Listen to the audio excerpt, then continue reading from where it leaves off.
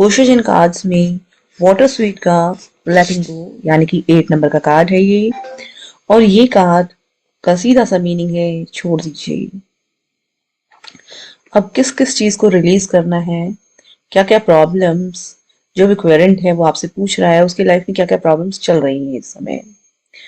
ठीक है, तो सबसे पहले प्रॉब्लम्स की अगर बात करें तो उसने अटैचमेंट जो उसको पास से मिली है उसने वो होल्ड की हुई है।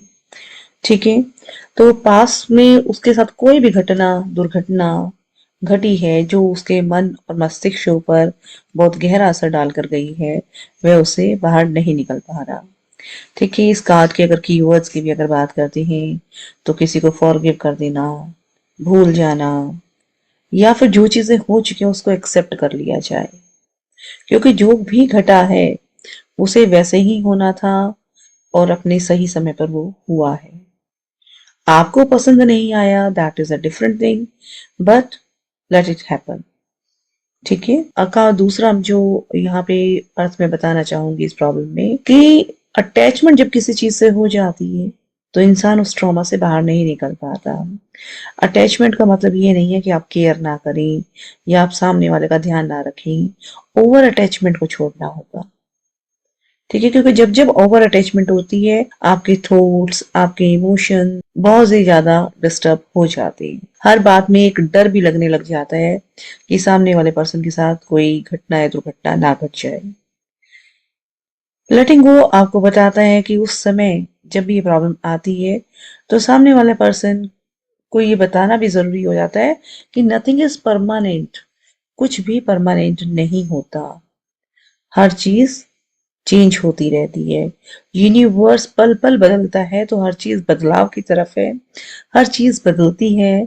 तो इसलिए चेंज को रोकना जरूरी नहीं है, चेंज को होने दो, क्योंकि बदलाव होंगे तभी आपका जीवन आगे बढ़ सकेगा।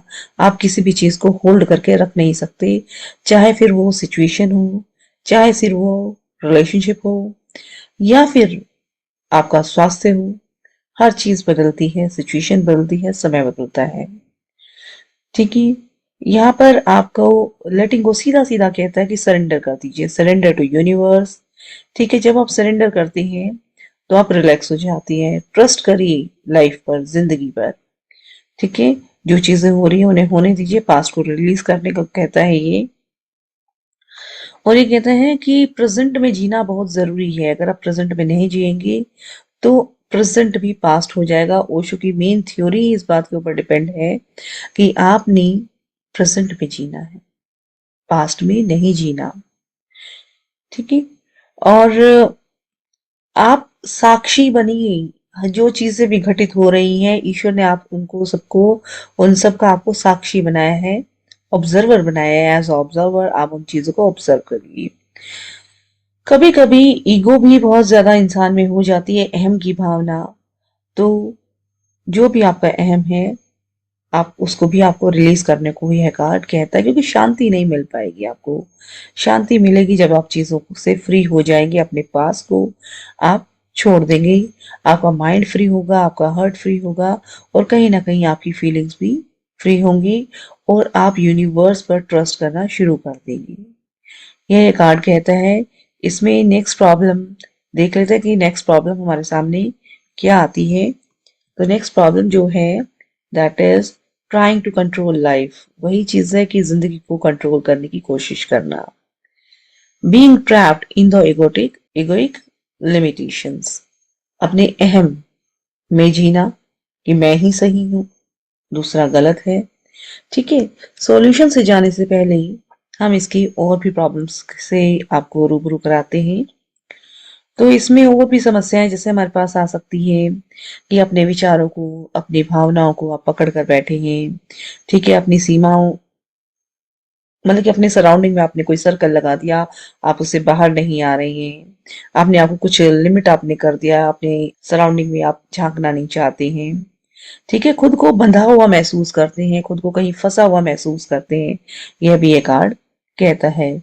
तो आप समय और सिचुएशन के कैदी मत बनिए, क्योंकि लेटिंग गो का मतलब है चीजों को रिलीज करना है, छोड़ देना है। तो सॉल्यूशंस में हम बात कर लेते हैं। कि जो भी चेंज हो रही है उन चेंजेस को स्वीकार करना जरूरी है। ठीक है। Practice non attachment.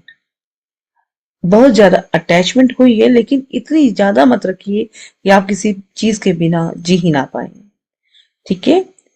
क्योंकि सामने वाले के अपने भी कर्मास होते हैं जो उसको भोगने हैं। तो इसलिए प्रैक्टिस नॉन अटैचमेंट। सेकंड है एम्ब्रेस चेंज इम्परमानेंस। जो भी बदलाव आ रहा है उसको नियंत्रण नहीं करना है। जो जैसे घटित हो रहा है उसको वैसे घटित होने देना है। और ऑब्जर्व करिए थॉट्स को, इमोशंस को, एक्सपीरियंस कीजिए हर उस चीज को जो चीज आज के टाइम में आपके साथ हो रही है। ठीक है। जैसे मैंने पहले बात बताया, साक्षी बनना है। अतीत को, पास्ट को गुड बाय कहना है यहाँ पर। ठीक है। और जो भी आपने ईगो की अपनी दीवार बनाई हुई है अपने सराउंडिंग को, उसको तोड़ने का समय आ गया है। इसकी एक सिंपल सी रेमेडी है। रेमेडी ये है कि आप एक गिलास पानी लेंगी और उस जल के अंदर कहेंगे कि I am releasing all the negative energies. Universe सिर्फ इसमें पॉजिटिव एनर्जीज डाल रहा है। मैं अपनी हर उस चीज को जिससे मैं बंधा हुआ हूँ, जुड़ा हुआ हूँ, यूनिवर्स को समर्पित करता हूँ। ठीक है। मैं अपना अहंकार, मैं अपना हर वो चीज जिसने मुझे पकड़ा हुआ है, जकड़ा हुआ है, मैं उस चीज को रिलीज करके यूनिवर्स को सौंपता हूँ। और ये पानी जो मेरे हाथ में है, यह मेरे लिए अमृत समान है और यह प्योर है। ये मुझे आगे की तरफ बढ़ाएगा।